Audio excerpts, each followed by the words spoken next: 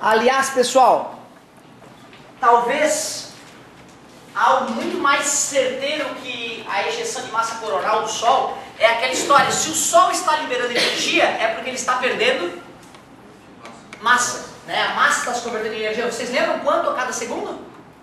600 toneladas. O Sol, o nosso querido Sol, a cada segundo que se passa de nossas vidas, ele perde 600 mil quilos de massa.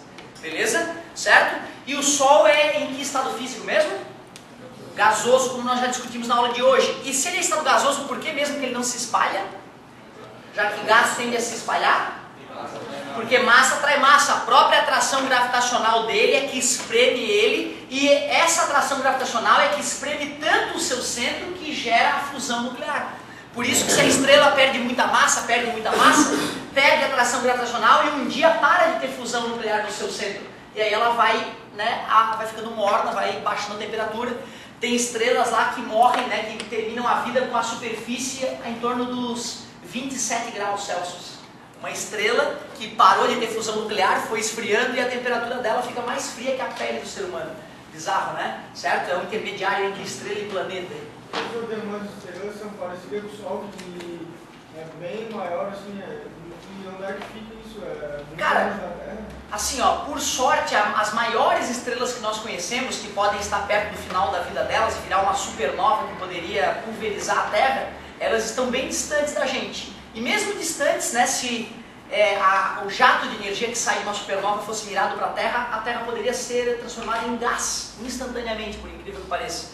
Essas estrelas, elas estão espalhadas por tudo quanto é lugar. Agora que os telescópios estão realmente poderosos e agora que a gente tem detectado cada vez estrelas ainda maiores, né? Atualmente tem uma estrela chamada Arcturius, se eu não me engano, que ela é algo em torno de 100 mil vezes maior que o Sol. A gente nem sabia que ela poderia existir antes de virar um buraco negro, né? Inicialmente se achava que estrelas 100 mil vezes maiores que o Sol já entrariam em colapso e virariam um buraco negro, né? Hoje a gente sabe que algumas se sustentam ainda nessa massa absurda, inimaginável. Na verdade é o seguinte, a gente vê que a gente, a olho nu, a gente não consegue detectar o tamanho das estrelas. A maioria das estrelas que nós vemos no céu, elas são maiores que o Sol. E como estão muito, muito mais distantes, parecem ser menores. O Sol é uma estrela de média a pequena, certo? Então a maioria das estrelas que existem são maiores que o Sol. Só que a distância nos ilude. Já você viu? Tu, cara, olha para baixo, cara, parece que as pessoas são formigas. Tu faz assim com a mão, ó. Mas como pode, cara? Isso é um efeito da geometria. Se eu olho para ela de perto, né, eu olho para a cabeça dela e para o pé. Eu preciso fazer um movimento angular grande com o olho para acompanhar isso. Quanto mais distante eu estou da pessoa, menor é o movimento angular do olho para enxergar a pessoa. Quando eu estou lá na PQP, a pessoa vira um ponto. Isso tu imagina em pouca distância, eu percebo. Tu imagina em milhões de anos-luz, né? As galáxias mais distantes que o homem já fotografou estão a 13 bilhões de anos-luz da Terra. 12,7. Ou seja, a luz que saiu dessa galáxia que está sendo captada hoje aqui na Terra teve origem lá na origem do universo, cara. Por isso que a gente fala que olhar para as estrelas é ver o passado. A luz mais jovem que tu enxerga quando tu olha para o céu é a luz vinda do Sol. Certo? Que demorou 8 minutos para sair do Sol e chegar no teu olho aqui na Terra. Beleza? Então o Sol está a 8 minutos luz da Terra. Beleza? A estrela mais próxima depois do Sol conhecida é a Próxima Centauri, que está a 4,7 anos-luz, 4,5. Quer dizer que a luz dela, quando sai dela e bate no teu olho aqui na Terra, já estava vagando pelo espaço há 4 anos e meio. A estrela mais jovem que tu vê, tu está vendo ela com um atraso de 4 anos e meio. Algumas estrelas que tu supõe estrela no céu, uma estrelinha não, é uma galáxia. Tem 100 bilhões de estrelas naquele brilho. E tu acha que é uma estrela? Hubble percebeu que não era. Hubble ajudou a desenvolver telescópios e técnicas que permitiam ampliar. Caramba, meu Deus, era um ponto de luz, agora eu vejo bilhões de pontos de luz. Que legal, né, cara? E às vezes aquela galáxia já pode ter sido tragada por um buraco negro há milhões de anos atrás, mas a luz dela, antes de ter sido tragada, está chegando até a Terra. Tá beleza? Bacana as tuas perguntas, muito interessante.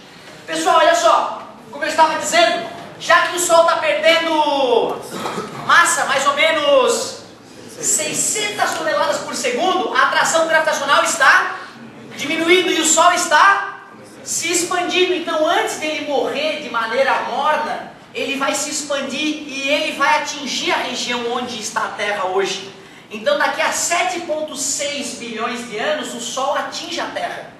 Muito antes disso nós vamos ter que vazar para a periferia. Se nós não nos matarmos em 1 bilhão de anos, né, se as culturas não se matarem, se o ser humano evoluir e não parar de jogar lixo na própria água que ele vai beber daqui a pouco, se nós conseguirmos driblar esses problemas, nós vamos ter que colonizar um planeta mais afastado do Sol, certo? Porque vai começar a esquentar muito aqui em função do aumento do Sol. E depois nós vamos ter que ir para mais longe ainda. A única chance de sobrevivência da raça humana daqui a milênios e milênios é colonizando outros lugares. Não tem outro jeito, não dá para controlar o Sol. Vamos apaziguar o Sol, não dá. Infelizmente não dá.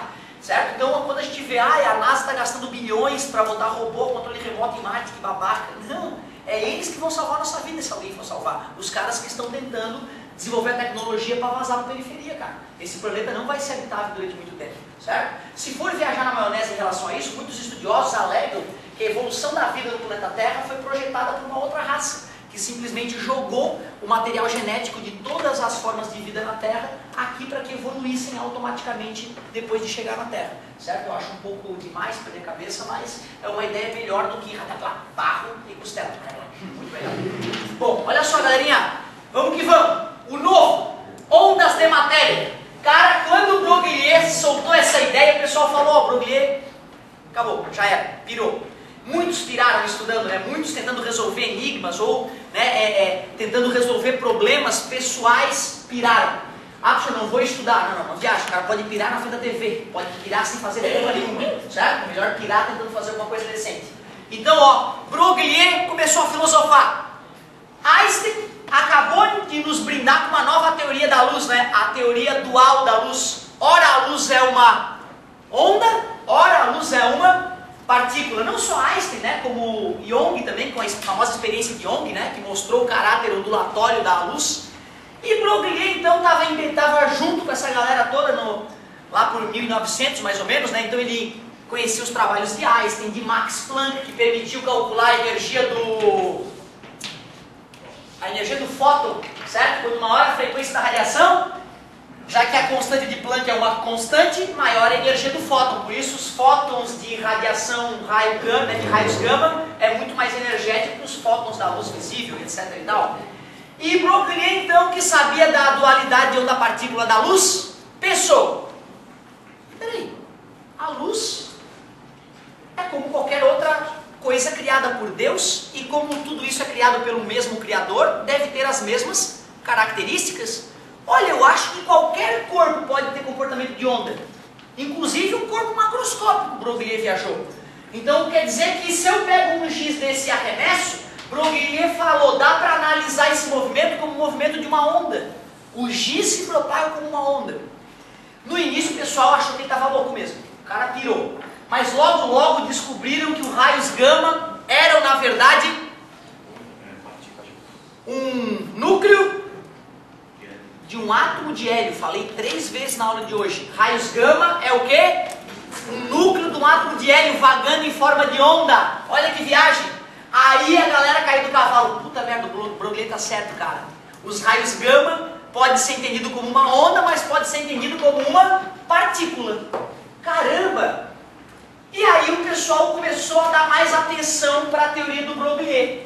Então Broglie diz, qualquer corpo, inclusive os corpos grandes, como pessoas, carros, aviões, planetas, podem ser entendidos como uma onda. O problema é que esse lambda, esse comprimento de onda, ele fica imperceptível ao olho nu. E por isso que as pessoas jamais perceberiam que objetos macroscópicos, ao se deslocar, também têm características de onda.